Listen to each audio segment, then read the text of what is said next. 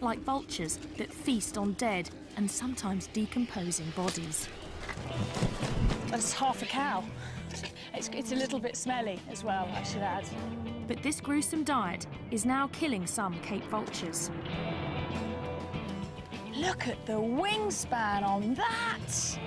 They're being accidentally poisoned. This couple takes in the victims and nurses them back to health. Here we go. Dinner time. Don't be alarmed if a whole bunch of vultures do come up to you. Okay. So they do bite. If the birds are going to grab you, the first thing they're going to do is your eyes. So I have to wear sunglasses and a cap to protect my eyes from being pecked out. But other than that, apparently they're very friendly. Carry on walking.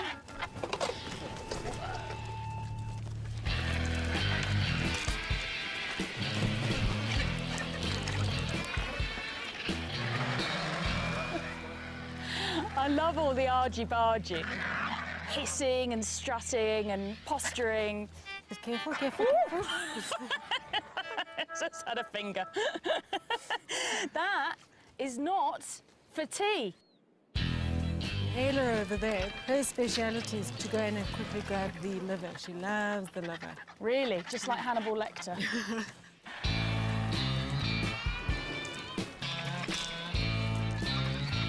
It's pretty obvious now why they have a bald head. It's to keep them clean when they're eating. Exactly. Yeah. They're actually very clean. They are, every time they eat, they go and bath afterwards. They're a bunch of neat freaks, and they make life safer for everyone else. There could be anthrax, botulism, all sorts of nasties in that carcass. They don't get sick because they've got such an acidic stomach that their poo is a disinfectant. Theoretically, you could eat after a vulture's pooped on your hand. I'm not quite sure I'll do it. You've got to practice what you preach. You can't go around telling everybody they can use vulture poo as disinfectant and not have tried it yourself. That's a theory. The bird's stomach acid counteracts natural poisons, but not man-made ones. And that's the problem for many of these birds. A lot of farmers lace carcasses with poison in the hope of getting rid of problem animals like jackals or caracals or cheetahs. And vultures are the ones that end up locating the carcass. Now, after 8 months of rehab, 2 lucky birds are ready to return to the wild. We're going to go and try and catch a vulture. We're after that bird right in the middle. On the Okay. top. Yeah. Now we'll have a good idea how he flies. Here he Check goes. He's flying. His flying looks okay. So I'll walk towards this way. Lucy, if maybe you walk close to the perch. Okay.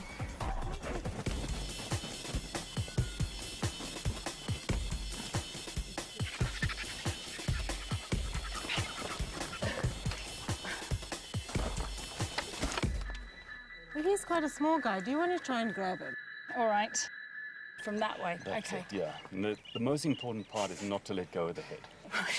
That's the number one. Number one, don't let go of the head. They're very wriggly, so just... Very wriggly. Okay, I've got hold of it. Wow, it is wriggly, isn't it? Hold Whoa, where? it's so wriggly. Yeah. Okay, hold higher. You're going to hold it up against your chest. I'm going to clasp him like that. and My keep hand's his quite head- small, Keep his so- head away from your face. Don't Okay, try yeah, to get at all too close. Okay, now you're going to hug him. So I'm going to pass him to you. You're going to kind of hug him. Okay. Okay, you okay there? Yeah, just. Whoa, he's strong. Okay. Have vulture will travel. Going to turn into the narrow tar road. You follow that all the way up. We take our birds to a spot where they can join other Cape vultures in one of the last surviving colonies. These birds only live in southern Africa.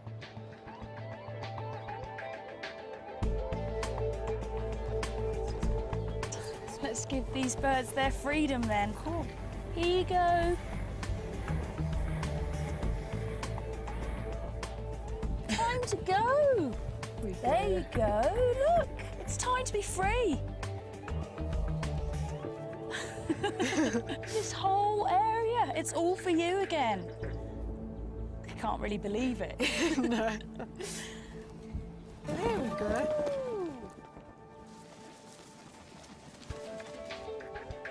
Straight off and heading for home.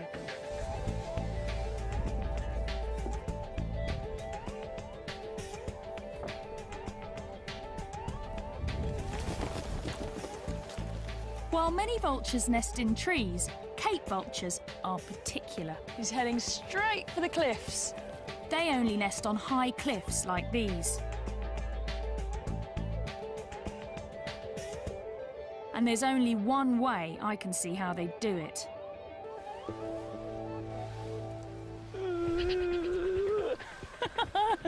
I'm a little bit nervous. I didn't feel nervous until I saw the wall of cliffs. I thought, oh yeah, right, I'll be jumping off that then, won't I? Just about to jump off a cliff. What you get me into? That's Phil, my intrepid producer. Whoopa! Whoa! Oh my word! Oh my God!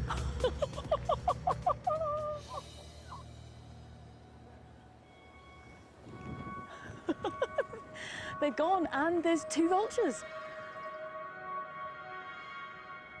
What people know about vultures is that they're fantastically ugly, but what people don't really know is that they're the world's highest flying bird. And in fact, one vulture even crashed into a jet at 37,000 feet. I'm hoping we don't have to go that high. We won't be going that high, will we? No, not today. You promise? Okay. Paragliding reveals how surprisingly curious and social the vultures are. You can see the birds coming out and joining them already. Oh, wow. They get to know you and they actually enjoy flying with you, so they'll follow you around. To sort of play with you. Yeah. Combination of nervousness and excitement, the likes of which I haven't had ever, I don't think. All right, we're gonna go, Okay. and let's go.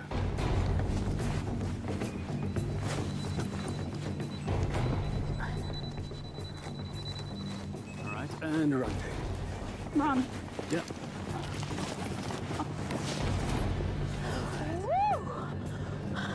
All right, well, how does that feel?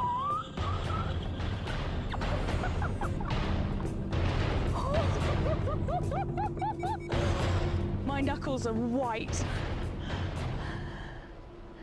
It's incredible though. And there are the vultures. Oh my word. Wow, they are all around us.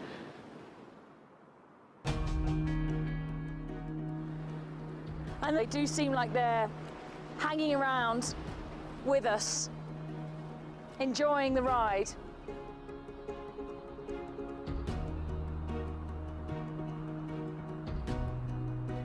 This is how you should see them to appreciate their beauty.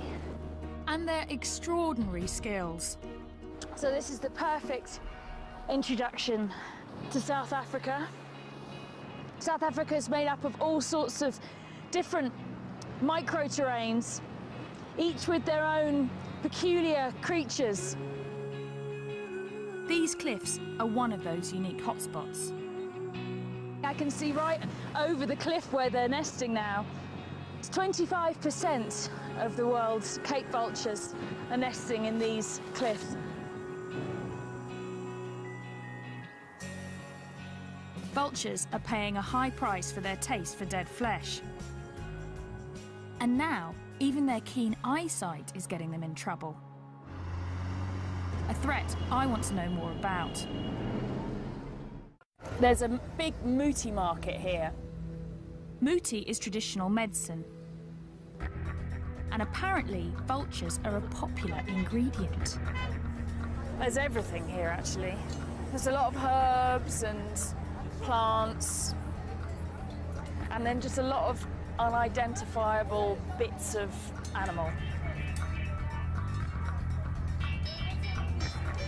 Oh, this is a big snake. Python. It's a python. Is that a cheetah or a leopard? Here you've got a whole baboon. That's what. You've got a lot of stuff, haven't you? Yeah, there are a lot of stuff.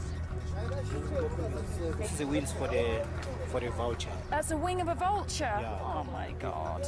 Okay. What's your best stuff? What's your biggest seller? Vulture brains. People want vulture brains. That's the big seller, is it? Yeah. How to use And- this one? You can make powder. Yeah. And then you can eat here. And Okay. then you can smell. It helps so you can see to the future, you can see what's coming, and they can give you this to open up your mind. Dimmy was once a student of all this, and I've asked her to be my guide. Also, it's good for gamblers. Yeah, it's good for the lotto. The lotto number. Lotto number. Right, okay. As if it wasn't bad enough that they got farmers poisoning them, they're also getting their brains sniffed in order to win the lotto. The belief is that the traits of the animals transfer to the buyers. The vulture's got amazing eyesight and makes you be able to sort of see into the future. So, Demi, can you help me? Does he understand that the vultures are endangered and that there's not many vultures left? Okay, ufungwazi ukuthi mhlambe ngevulture wangifana noma usala ngembuzi nge-A1. Yeah, I know. Yeah, it's true. But it's a business. Yeah. It worries him, but it's a business. It's part of a tradition begun centuries ago, before other threats put these animals in so much danger. There are clearly an awful lot of endangered species here. This is a scale of a pangolin. I love pangolins. Pangolin scale. A pangolin scale is said to protect you from evil, wrapping you in armour like the animal itself. In 2011, at least 8,000 of these bizarre mammals were seized from black marketeers. Some of them want their scales, while others are after their meat. In China, it's considered an exotic delicacy. They may be the weirdest of the freaky five, and I'm not leaving Africa until I've seen one.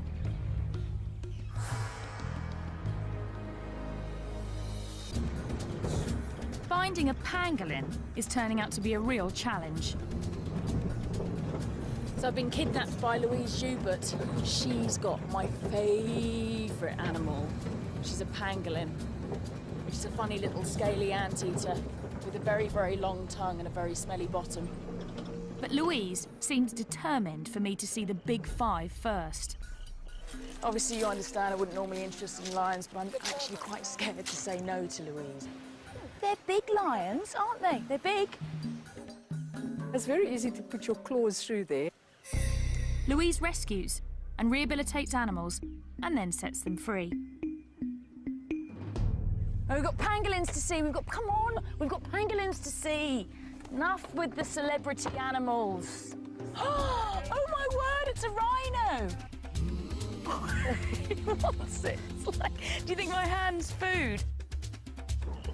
Louise, I want to see the pangolin. I want to see the pangolin. Take me to the pangolin, please. Wild dogs. What do you think, Munchkin, eh? What do you want? Do you want to go and join them? Do you want to go back to nature? No, definitely. Slightly mad place, really, isn't it? Louise has an amazing success rate. She's saved 4,500 creatures since 1993. Slightly nervous as to what's going to be inside. This is a very strange house. We've got funny little animals. And in this bedroom, we've got a load of ostrich chicks. Now I'm going to get to see the pangolin. This is the pangolin's bedroom. This is the pangolin's Pangolin's bedroom. got his very own bedroom. This is the pangolin's teddy bear. And he's been pooping, so we need to just clean that. Here we go. Sid, you stink. I could camp out in the African bush for months and never see a pangolin. Oh, look, he's making into a little ball. They're very shy and secretive. Sid, it's so fantastic to meet you. I've heard so much about you, and I have been desperate to meet you. Oh, he's so strange. His funny little ears. They've got very poor eyesight, apparently, but they've got a very keen sense of smell. And he's like a little pine cone, aren't you, Sid? Sid and his mother were seized from poachers. The mother showed signs of stress and Louise released her. Now she is Sid's mum and has to make sure he learns to survive in the wild. We're on our way to go and find some termite mounds. because Sid needs to learn to eat termites. He's an anteater, termite eater. You reckon this is a good one? Pangolins are super specialised for eating termites, with sticky tongues as long as their bodies, and claws that can dig through concrete. Those termite mounds are really hard, so you can see why he needs to have these really big digging claws. We might have termites in there. Yes. Oh. Am I doing this right? Yes, there's the first termites coming out. There's one there. Oh, come on, yeah. I know you don't want to be eating his breakfast. Okay, let's try the termite, Sid.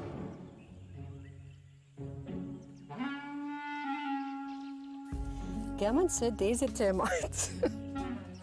The termite, Sid, is there, right in front of your nose. No, okay. It's there. There it is. Look. Look there. Look. Look, termite. That way. Possibly still too small. We don't even know which particular type of termites he likes, or ants, or whatever, but we'll find out. Yeah. Soon, Sid should be able to sniff out termites from hundreds of metres away, and hopefully other pangolins. They communicate to each other by leaving scents from a gland in their bottom. And that's how that smells very bad to humans, but it probably smells fantastic to other pangolins. And so this just must be a crazy amount of new smells going on out here. See how he can curl like that into a ball? That's their defence, is that he can curl right up like that. It's the perfect time for Sid to start hunting for termites. They're emerging from their underground hideouts because the rainy season is starting. Look at that, big storm. But I'm afraid the weather will send the next of the Freaky Five running for cover. That's that pre-storm wind, here it comes. It's been so hot all day, and now this wind started up, and that always means, yeah, I can start to feel it now. It's suddenly the temperature has just dropped. I might go inside the car, actually. And now there's a hailstorm. Even the weather's odd. And it's going to make finding the crazy lizard I need to see next a little bit insane.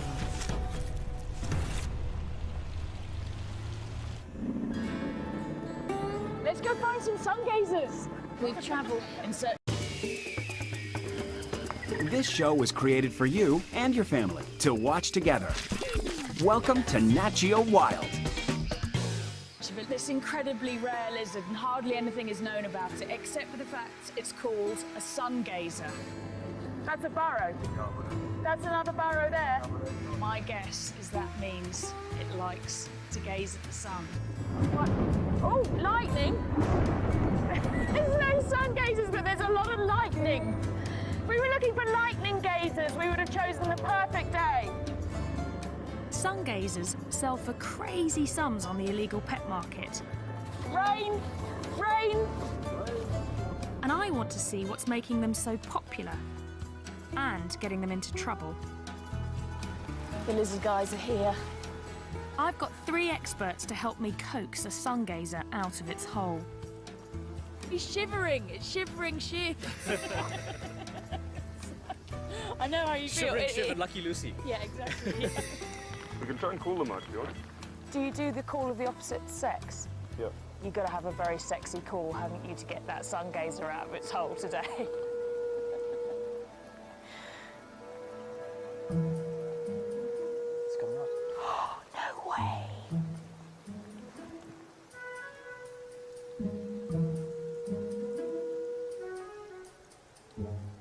I'm just messing with you.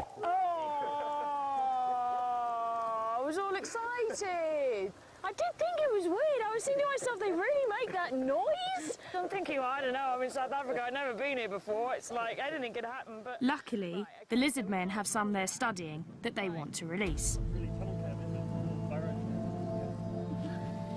In this bag, the holy grail, the Famous sun gazer lizard. Wow, he's cool. Look, he's so thorny. She. Look at her. These sharp spikes help make the sun gazer a hit in the pet trade. They're there for protection. These spines, these are the occipital spines, and these are what they stick into the roof of their burrows, so they can't be dislodged. I see, so their defence is to sit in the burrow with the head down, the tail sticking out, and then if a meerkat or something comes along and tries to yank one out, these spines around the head yank on, and then they can't pull them out. The burrow's also for defence. And we want to return this girl to hers. There it is. This one's a really nice hole. I would like to live in there. Would you? No, look at it. I mean, it's got a nice runway. It's well furnished. Not too long grass. Not Two bathrooms. These guys want to learn as much as they can because no one knows how many are left in the wild. This lizard is only found in this tiny area, isn't it? They're found only in the South African highlands. They're very rare. They look incredibly fierce, but they're really very passive and easy to handle. It's a recipe that some exotic pet owners can't resist. Look at these spines and look at these spikes. They're like living dragons, really. There's nothing else that looks like this. Apart from you this morning when you turned up with your hair, actually. You looked quite like you'd styled yourself like a sun gazer. You know, you say owners start looking like their pets, and you start looking like your study animal. Yeah.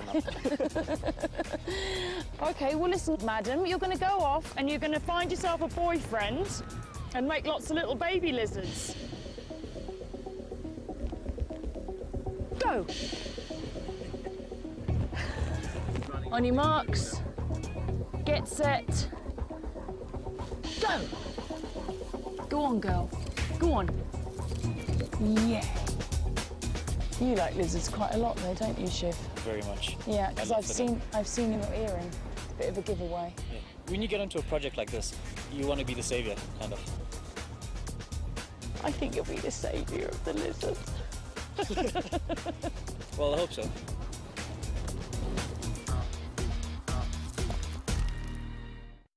Burrowers like the sun gazer are found all over South Africa, where protective tree cover is in short supply. There's the aardvark, an anteater with the snout of a pig, the ears of a rabbit, and the tail of a kangaroo. They can weigh as much as a human. Aardvark burrows are often taken over by the honey badger. But the honey badger doesn't give a damn. He's such a badass. But for one of South Africa's oddballs, its protective burrow is turning into its tomb. You won't believe what I'm going to do. I'm going to go and rehouse a spider. We need that. You need a big knife. We need a big knife. This is Donald. Donald Stridon. And Donald's the patron saint of this spider. We're going to do some aggressive research. Aggressive research? We're going to need the relevant equipment here. Donald served in the South African Army and is ruthlessly efficient. You don't want to leave anything behind. You don't want to leave anything behind, no. We're stuck in the bush somewhere. The spider we're after is known as a tarantula in most of the world. Here, it's called a baboon spider. We have water containers, yes, check. Let's take some weather monitoring equipment. Do you need gloves? We We need to get camera, GPS. We don't need gloves. Okay. Spider safari. Yeah. So these spiders, they only really live in this area around here. About 150-kilometer radius from where we are now, and that's it. The only place in the world that you find this spider. That's the problem. Throughout southern Africa, tiny areas are home to unique animals found there and nowhere else in the world. Like the sun gazer, the Cape vulture, and the golden brown baboon spider. Unfortunately, the spider likes a kind of soil also popular with home builders, and it refuses to move, even when the bulldozers come. It's going to tuck down right under there, panic, and as soon as they cover it over, slow, terrible death. So we absolutely need to move it. So this is an emergency situation. Yeah, this is one. So that's where the spider is. Now, golden brown baboon spiders need very special attention. They're very finicky, and we have to be finicky too. So the technique of capturing the spider is not to make too much disturbance so that we don't spook the spider. The first step is to lure this very sensitive spider out of its hole. Now, Donald has thought this through and has developed a special method, haven't you? Which involves faking a rainstorm. Here comes our rainstorm. You've got to make thunder sounds, eh? That's it, perfect. Just carry on like that. Kay's coming out. She's coming. She's coming. There we go. You're doing such a good job. So there she is. South Africa's fussy freak emerges. Okay, so Donald's actually blocking its entrance with the knife so that it's now trapped in its porch, basically. It's probably about a 15-year-old spider. 15-year-old spider, who knew? In 15 years, she hasn't really left that burrow. Wow, okay, so this is a big moment for this spider. Try and get this with my camera. You've got to be so gentle with them. The hair's covering the body. Every about 20th hair is a sensory hair, so they touch things and feel things with that. Here, there we go, beautiful. She's lovely. Wow.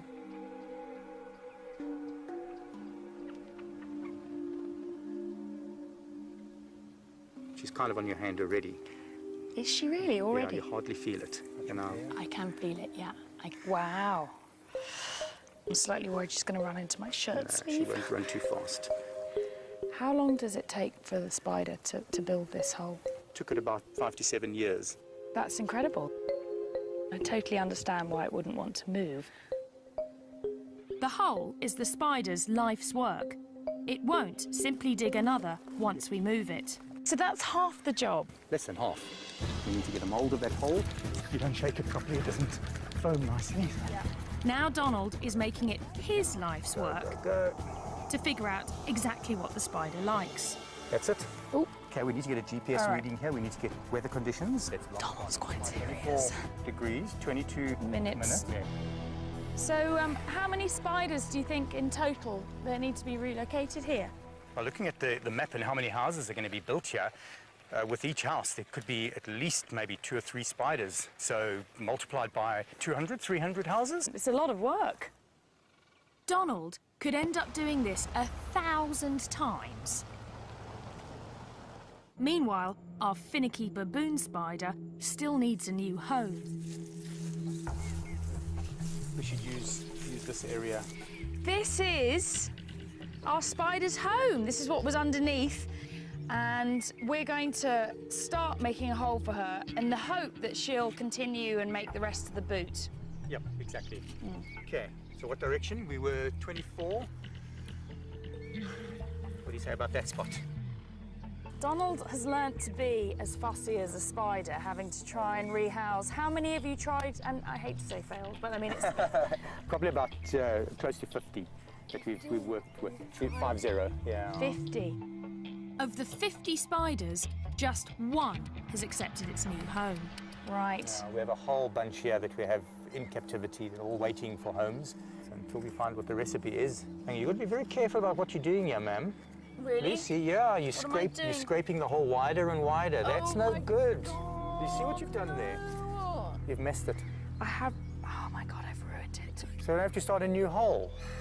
Okay, now look what I'm doing. The spoon has been taken away from me and handed back to the master. There's only one master, and that's the master. Such love.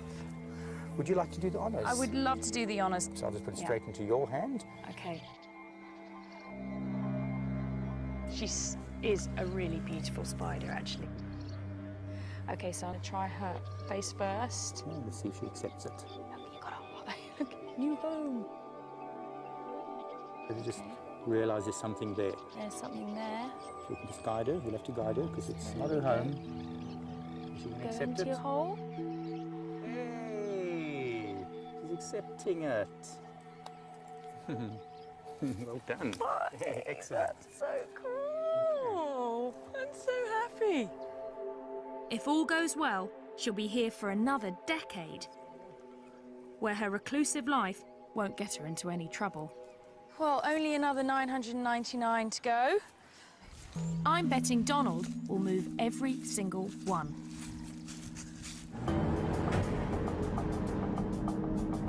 The spider would be helpless without Donald.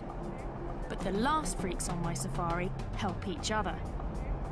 And they're paying a steep price for it. They're bold creatures, far stronger and more agile than humans, with fangs longer than a leopard's. But it's the Chukma baboon's brain power that gets him in trouble.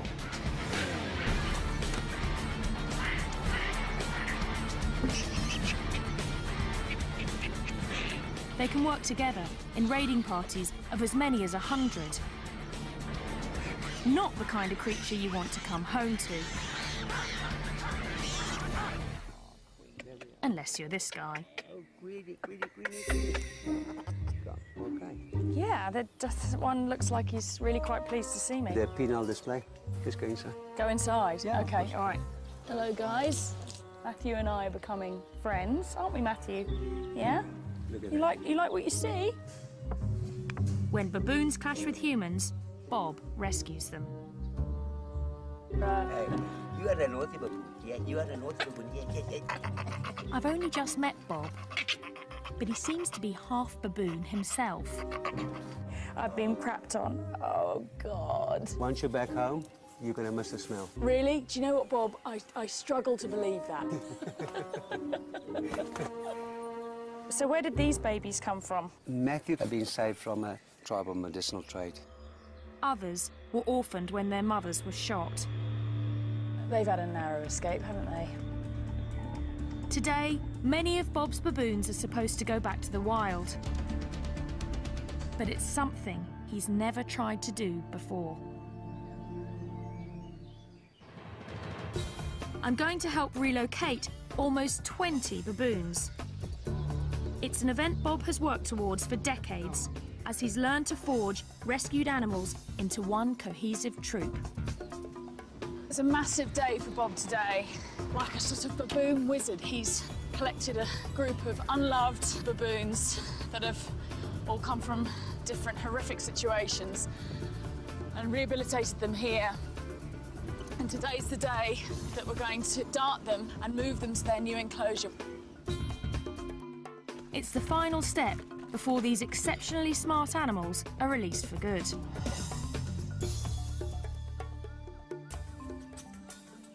Oh, here they are. Wow.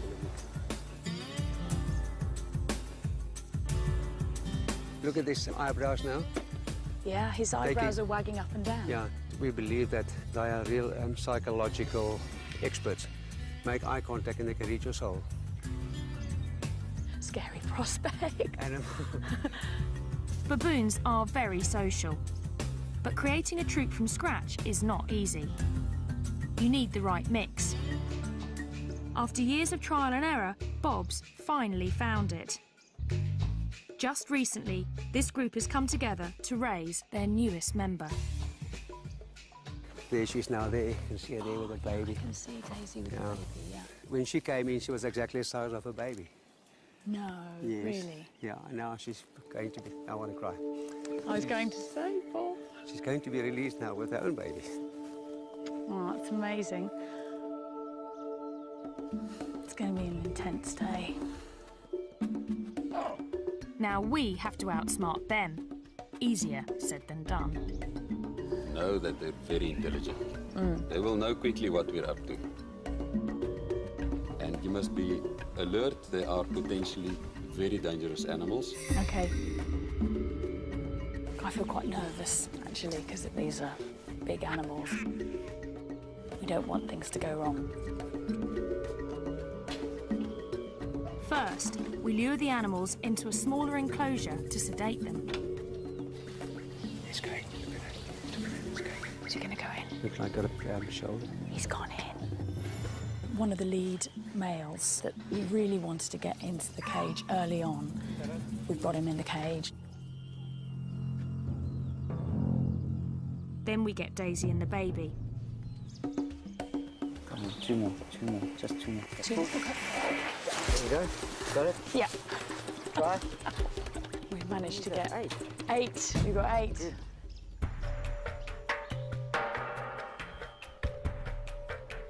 He's so jittery about seeing a gun, you know, because they've been shot at so many times. And Some farmers here shoot to kill any baboon they spot on their property. We want to capture the big male first, or he could make things